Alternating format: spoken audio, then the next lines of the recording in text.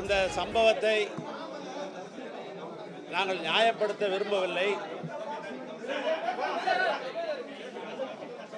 இந்த சம்பவம் தவிர்க்கப்பட வேண்டிய ஒன்று, அதில் எந்தவித மாற்று கருத்தும் இல்லை.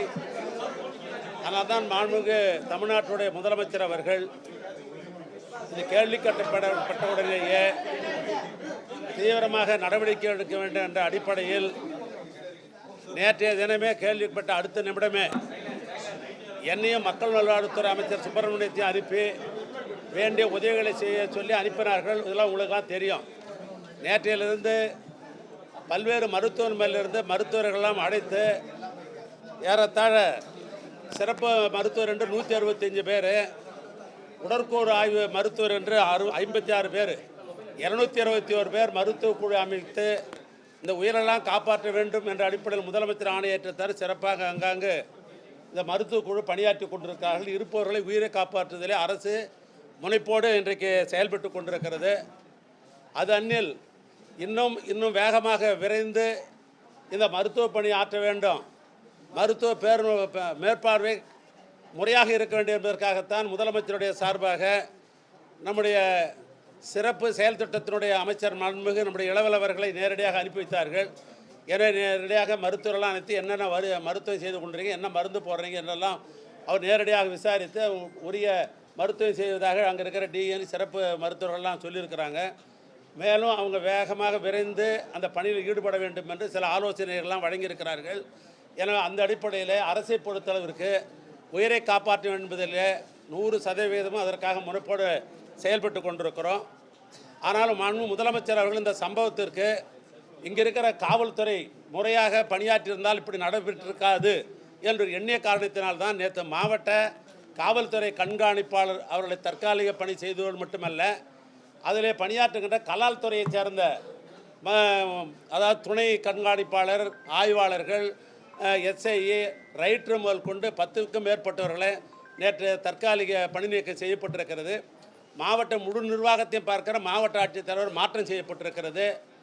அதோடு மட்டுமல்ல, இன்றைய தினம் சென்னையில் கோட்டையில் உயரதிகாரிலாம் அழைத்து பேசி உள்ளாட்சித்துறை செயலாளர் அமுதா ஐஏஎஸ் அவர்கள், அதே போன்று உள்துறை செயலாளர்கள், அதே போன்று தலைமை காவல்துறையினுடைய தலைவர் டிஜிபி அவர் 2 பேரையும் 2 நாளையில் நீங்கள் நேரடியாக தளத்துக்கு சென்று ஆய்வு செய்து உடனே அரசாங்கத்திற்கு ரிப்போர்ட் கொடுக்கணும் என்ற ஒரு ஆணை பிறப்பித்திருக்கிறார்கள். அது அந்நில் நீதித்துறையின் சார்பாக ஓய்வு பெற்ற நீதிபதி மோகன்தாஸ் அவர்களை கோகுல்தாஸ் அவர்களை ஒரு விசாரணைக்கு குழு அமைத்து அவர் மூலமாக இந்த விசாரணை குழுத்து அந்த விசாரணையும் மேற்கொள்ள சொல்லியிருக்கிறார்கள். ஆக தொடர்ந்து அரசின் சார்பாக இந்த பணிகள் எல்லாம் விரைந்து செய்யப்பட்டு கொண்டது ஒரு பக்கம். நேற்றைய தினம் நானும் நம்முடைய மக்கள் நல்வாழ்வுத்துறை அமைச்சர்கள் இங்கே வந்து பார்த்த பொழுது பல பேர் கோரிக்கை வைத்தார்கள். பத்திரிகைகள் கோரிக்கை வச்சுங்க, அந்த இறந்த குடும்பத்தை சேர்ந்தவர்களும் கோரிக்கை வைத்தார்கள். முதலமைச்சரிடத்தில் சொல்லுங்கள், பல ஏழைப்பாளையங்கள்லாம் தொழிலாளர் குடும்பம்லாம் இருந்திருக்கிறது, அதுக்கு நிதியுதவி தர வேண்டும் என்று கேட்டுக்கொண்டார்கள். அந்த அடிப்படையில் மாண்பு முதலமைச்சர்கள் இன்றைக்கு கோட்டையிலிருந்து அதையும் அறிவித்திருக்கிறார்கள். ஒரு குடும்பத்திற்கு, இறந்தவர் குடும்பத்திற்கு 10 லட்சம் ரூபாய் என்ற அடிப்படையிலும், பாதிக்கப்பட்டிருக்கிற குடும்பங்களுக்கு 50,000 என்ற அடிப்படையிலும் அறிவிப்பு செய்யப்பட்டதோடு மட்டுமல்ல, அவர்கள் நம்முடைய சிறப்பு திட்டத்தினுடைய அமைச்சராக இருக்கிற நம்முடைய மாண்புமிகு அமைச்சருடைய திருக்கரத்தாலே அந்த குடும்பம்லாம் நேரடியாக பார்த்து விசாரணை பண்ணி கொடுக்கணும்னு சொன்னாங்க. அந்த அடிப்படையில் அந்த செக்கு இங்கே 27 குடும்பங்களுக்கு இப்பொழுது இங்கே கொடுத்துருக்குறோம். ஏனைய குடும்பங்களுக்கு தொடர்ந்து அந்த சில இடங்களில் கொண்டு நேரடியாக கொடுப்பதற்கு வேண்டிய பணிகள் எல்லாம் இங்கே தொடர்ந்து நடைபெற்று கொண்டிருக்கிறது. இந்த மருத்துவமனை பொறுத்தவரைக்கும் இந்த சம்பவத்துக்கு மேலே 132 பேர் வந்து இங்கே அட்மிட் ஆனாங்க. அதில் இப்பொழுதும் 94 பேர் அங்கே நோயாளியாக இருந்து அதுக்கு மருத்துவம் நடைபெற்று கொண்டிருக்கிறது. இறந்தவர்கள் எண்ணிக்கை என்று எடுத்துக்கொண்டால் 38 பேர் இறந்திருக்கிறாங்க. அதில் குறிப்பாக கள்ளக்குறிச்சி அரசு மருத்துவமனையில் 22 பேர், பாண்டிச்சேரி ஜிப்மரில் 3 பேர், சேலம் மருத்துவக் கல்லூரி மருத்துவமனையில் 8 பேர், விழுப்புரம் மருத்துவமனையில் 4 பேர், ஆக 38 பேர்கள் தான் இது வரைக்கும் இறந்திருக்கிறாங்க. அதனால் மேற்கொண்டு இப்போதை காப்பாற்றுவதற்கு அரசின் சார்பாக எல்லா மேல் முயற்சிகளும் தொடர்ந்து எடுத்துக்கொண்டிருப்போம். இங்கே புதியதாக பொறுப்பேற்றிருக்கிற மாவட்ட ஆட்சித்தலைவர்கள் அவருக்கு நம்முடைய அமைச்சர்கள் அறிவுரை சொல்லியிருக்கிறாங்க. இது எந்த அளவுக்கு நீங்கள் கண்காணிக்கணும், எப்படி உடனுக்குடன் எப்படி மருத்துவ வசதிகளை அவங்களுக்கு தரணும் என்பதெல்லாம் அறிவுரை சொல்லியிருக்கிறார்கள். புதிய மாவட்ட ஆட்சித்தலைவர்கள் அதை மேற்கொள்வார்கள். வேறு என்ன? ஆனா வந்து பல்வேறு குற்றச்சாட்டுகள் வைக்கிறாங்க. ஏற்கனவே மரக்காணத்துல இதே சம்பவம் நடந்துச்சு.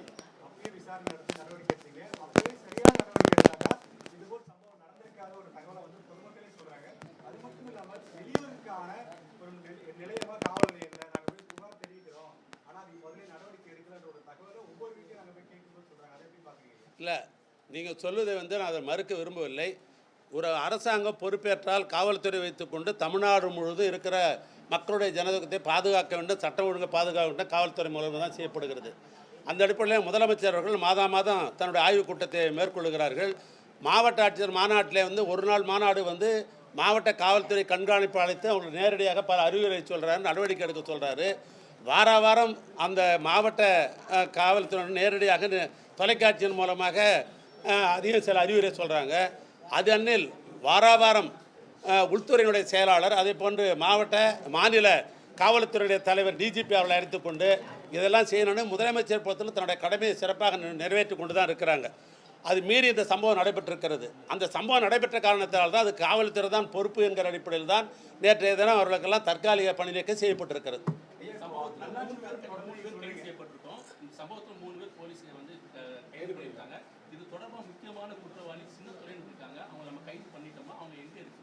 இல்லை, தொடர்ந்து வந்து இதோட மட்டுமல்ல, தமிழ்நாட்டு முதலமைச்சரை பொறுத்தளவுக்கு இது சிபிசிஐடிக்கே வந்து ரெகுலர் போலீஸ்லேருந்து சிபிசிஐடிக்கே இதை மாற்றம் செய்யப்பட்டு விசாரணையை தொடங்கிவிட்டது. அதில் வந்து சிபிசிஐடியினுடைய ஐஜி அன்பவருடைய தலைமையில் 5 குழுக்களை போட்டு இது எங்கெங்கெல்லாம் பரவி இருக்கிறது, யாரெல்லாம் விற்பனை, இதுக்கு என்ன கிளைகள்லாம் என்ன இருக்குது அப்படின்றத 5 குழு அமைக்கப்பட்டு முழுமையாக அதை ஒழிப்பதற்கு வேண்டிய ஏற்பாடுகளை முதலமைச்சர் ஏற்பாடு செய்திருக்கிறார். தொடர்ச்சியாக இவங்க மீது ஏற்கனவே வழக்கு பதிவு பண்ணியிருக்காங்க சார். தொடர்ச்சியாக அதை பண்ணிட்டே இருக்காங்கன்னா என்ன சார்?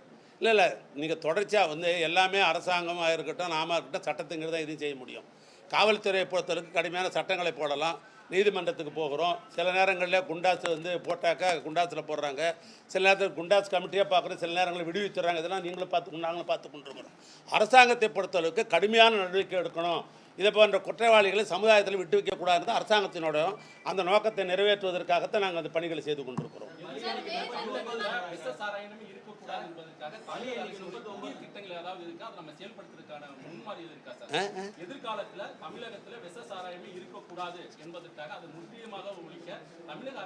இல்லை, எதிர்காலம் இல்லை, இப்பயும் இருக்கக்கூடாதுன்னு தான் முதலமைச்சருடைய நோக்கம். அதுதான் அந்த அடிப்படையில் நடைபெறுகிறது.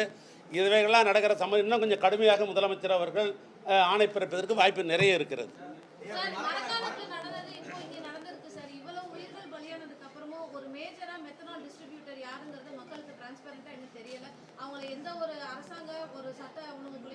இல்லை, அதுதான் சொன்னேன். சிபிசிஐடியை போட்டிருக்கிறது காரணம் என்னென்னா, ஏற்கனவே ரெகுலர் போலீஸ் அடிப்படையில் நாங்கள் தற்காலிக பணி நீக்கம் செய்திருக்கிறோம்.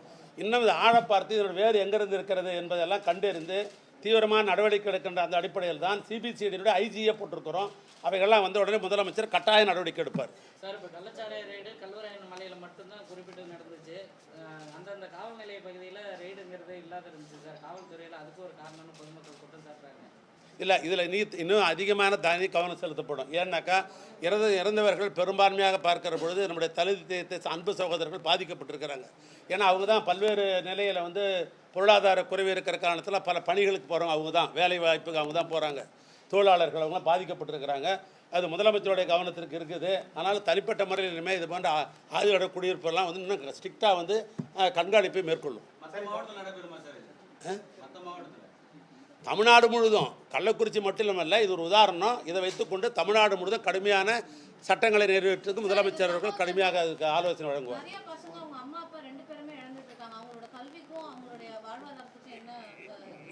எங்களுடைய அமைச்சர், சிறப்பு செயல் திட்டத்துடைய அமைச்சர், இளைஞர் நலத்துறை அமைச்சர், விளையாட்டுத்துறை அமைச்சர், அதாவது இளைஞர்களுக்கு நேரடியாக படிக்கிற பிள்ளைகளுக்கு நேரடியாக தொடர்புள்ள அமைச்சர், இப்பொழுதே வருகிற பொழுதே சில பேர் தன்னுடைய கோரிக்கையெல்லாம் சொன்னாங்க. அதுபோன்ற பிள்ளைகளுக்கு தகுதி அடிப்படையில் மனுக்களை பிற்காலத்திலே பெற்று, ஏன்னா அந்த மாவட்டத்துறை அமைச்சருங்கிற மாதிரி நான் சொல்கிறேன், அந்த மனுக்கள் எல்லாம் பெற்று அவரிடத்திலே கொண்டு யாருக்கு எந்தெந்த வகையில் உதவி செய்ய முடியுமோ அந்த உதவிகளை கட்டாயம் அவர் செய்வார். சரி, இப்போ நல்லாட்சி தரணும் அரசு சொல்லுது, ஆனால் அதை வந்து செயல்படுத்தக்கூடியது அதிகாரிகள் தான். அதிகாரிகளுக்கு வந்து தவறுவிட்டனால வந்து இந்த பிரச்சனை. இது மாதிரி இருக்க போல அதிகாரிகள் என்ன மாதிரி எச்சரிக்கிறீங்க?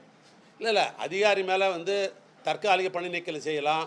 அவர் இன்னும் கொஞ்சம் மோசமான நடவடிக்கை ஈடுபட்டார், அவர் தான் இதுக்கு காரணம்னு சொன்னாக்கா தற்காலிக நடவடிக்கையிலேருந்து நிரந்தரமாக அவர் வீட்டுக்கு அனுப்பலாம். இன்னும் மோசமான நிலையில் ஏதாவது பொருளாதாரம் மாற்றங்கள் ஏதாவது இருந்தோன்னு சொன்னால் கிரிமினல் ஆக்டில் அவங்க மேலே வந்து வழக்கு தொடரலாம்.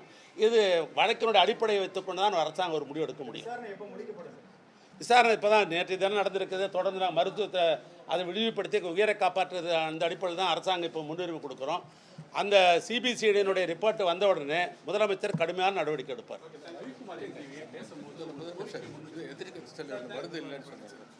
அடுத்தது வந்து இன்றைக்கு காலையில் வந்து நம்முடைய எதிர்க்கட்சி தலைவர்கள் இந்த மருத்துவமனையில் வந்து மருந்தே இல்லை அப்படின்னு ஒரு குறிப்பிட்ட மருந்து சொல்லியிருக்கிறார்.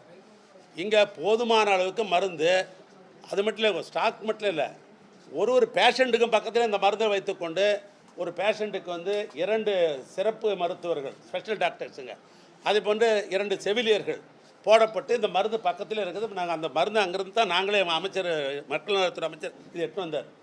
ஆக வேண்டும் என்று வேண்டும், இந்த அரசாங்கத்தை மீது குற்றச்சாட்டு சொல்ல வேண்டும் அல்லது குறைய சொல்ல வேண்டும் அடிப்படையில் சொல்லப்பட்டு தான் ஒழிய எல்லா மருந்தும் இருக்கிறது. உயிர் காப்பாற்றுகிற அனைத்து மருந்துகளும் இங்கே மருத்துவமனையில் இருக்கிறது.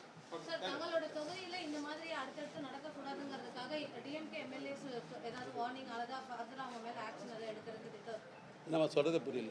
அவங்களோட தொகுதிகளில் கள்ளச்சாராயம் இது போன்ற சம்பவங்கள் நடைபெறாமல் இருக்கிறத கண்காணிக்க வேண்டிய எம்எல்ஏக்கள் மேல நடவடிக்கை எடுக்கப்படுமா?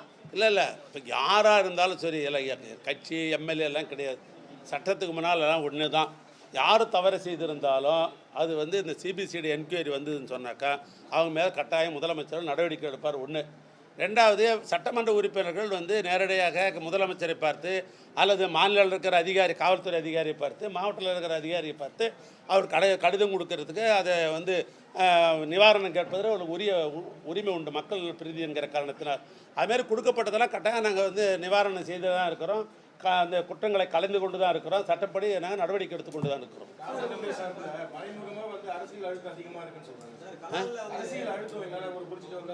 இல்லை, அது போச்சு வாக்கில் போனால் சொல்ல முடியாது. அது வந்து ஆதாரபூர்வமாக நீங்கள் புகார் அடிப்பில் கொடுத்தா கட்டாயம் என்கொயரி பண்ணணும், அதுக்குரிய நடவடிக்கை எடுக்கணும். ரைட்.